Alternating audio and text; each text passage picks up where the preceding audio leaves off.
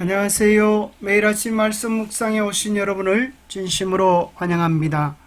6월 18일 수요일 초대교회가 당한 박해.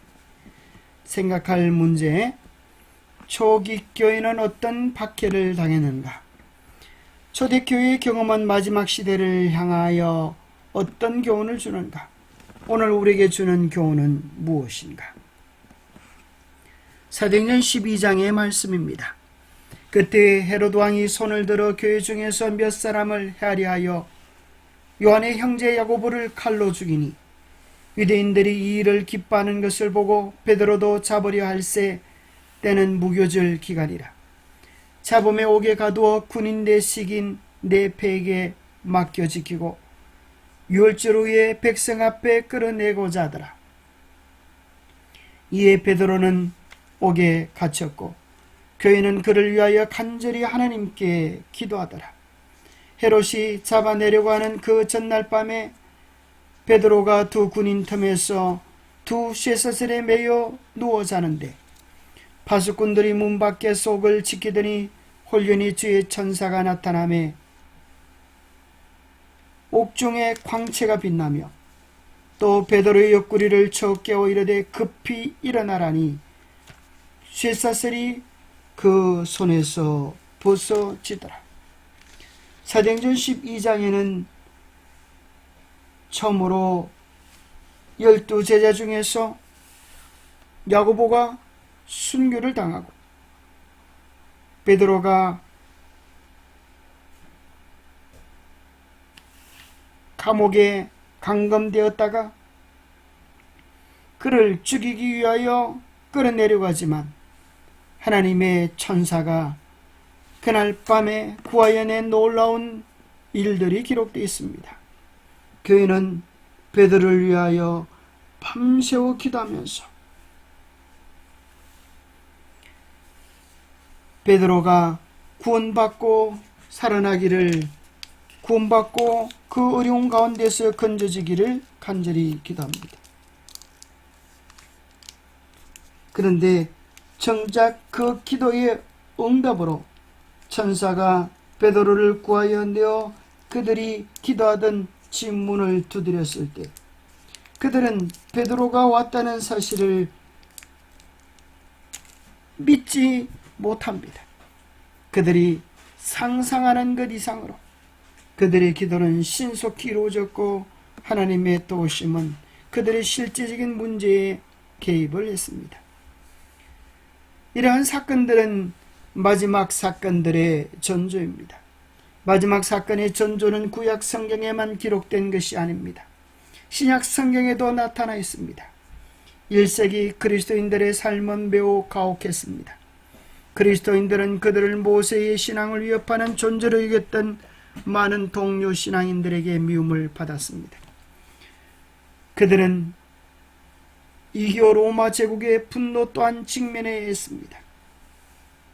세상과 원부의 권세는 전력을 다하여 그분을 따르는 사람들을 핍박함으로 그리스도를 대적하였습니다.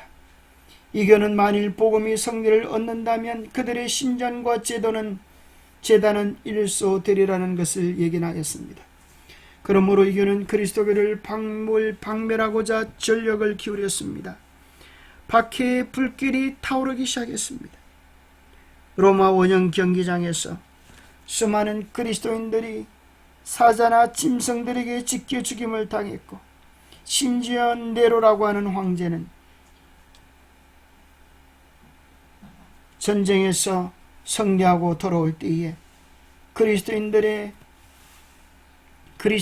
묶어서 기름을 부어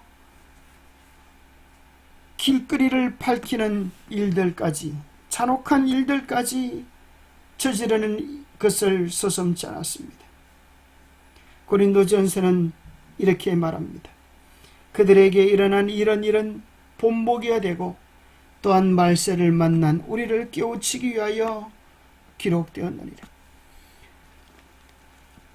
초대교회의 경험은 마지막 시대를 향하여 어떤 건면한 어떤 교훈을 던져주고 있습니까? 베드로는 우리에게 이렇게 말합니다. 만물의 마지막이 가까웠으니 그러므로 너희는 정신을 차리고 근신하여 기도하라. 무엇보다도 뜨겁게 서로 사랑할지니 사랑은 허다한 죄를 덮느니라. 베드로는 그의 권면 속에 마지막 시대를 사랑하는 백성들에게 이야기하기를 무엇보다도 정신을 차리고 근신하여 기도하라고 말합니다. 깨어 기도하라고 말합니다. 왜냐하면 그가 깨어 기도하지 아니했기 때문에 예수 그리스도를 부인하는 지경에 이르렀던 그의 실패를 상기하며 아마도 이 부분에 대하여 또 간곡히 요청하는 듯합니다. 마태복음 26장 41절에 주님께서 베드로에게 권면하셨습니다. 시험에 들지 않게 깨어있어 기도하라. 마음에는 원이로되 육신이 약하도다.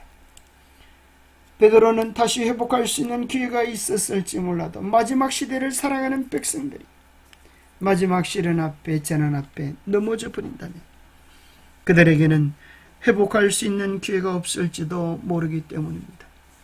뿐만 아니라 바울은 베드로는 권면하기를 무엇보다도 뜨겁게 서로 사랑할지니 사랑은 허다한 죄를 덮느니라 했습니다.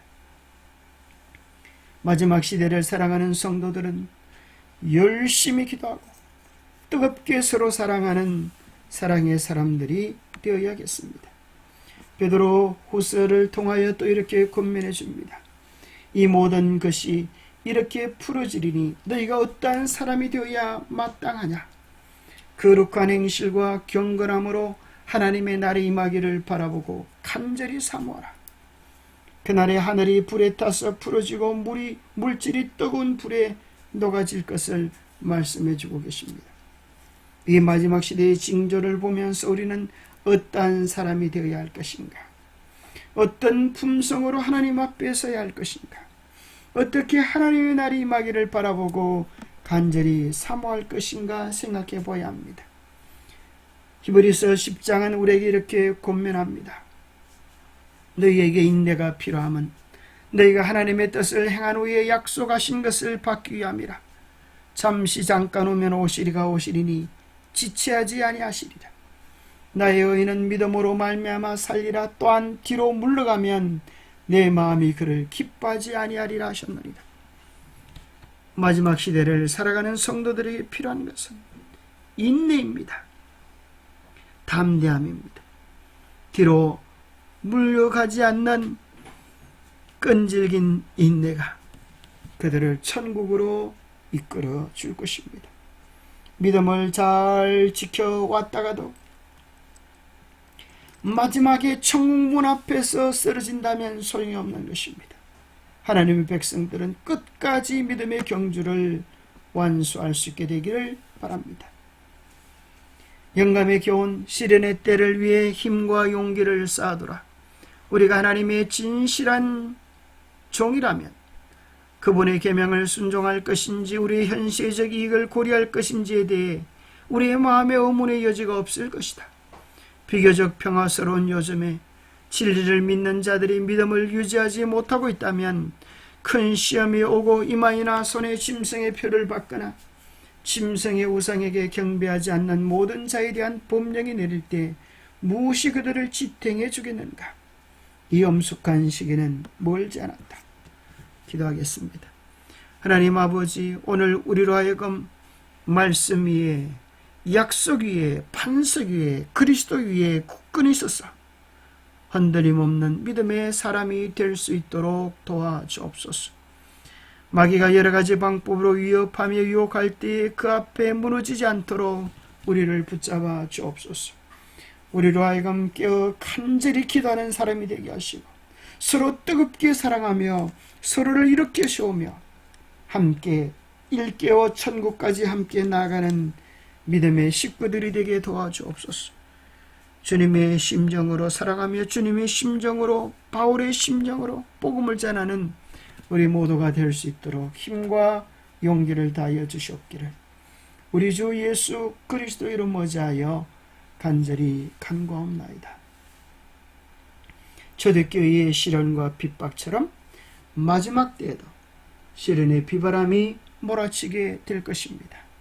그러기 전에 이 평화로운 때에 우리가 있는 힘을 다하여 말씀을 연구하고 뜨겁게 기도하고 뜨겁게 사랑하며 열심히 복음을 전하는 하나님의 백성들이 되시기를 축복합니다. 감사합니다.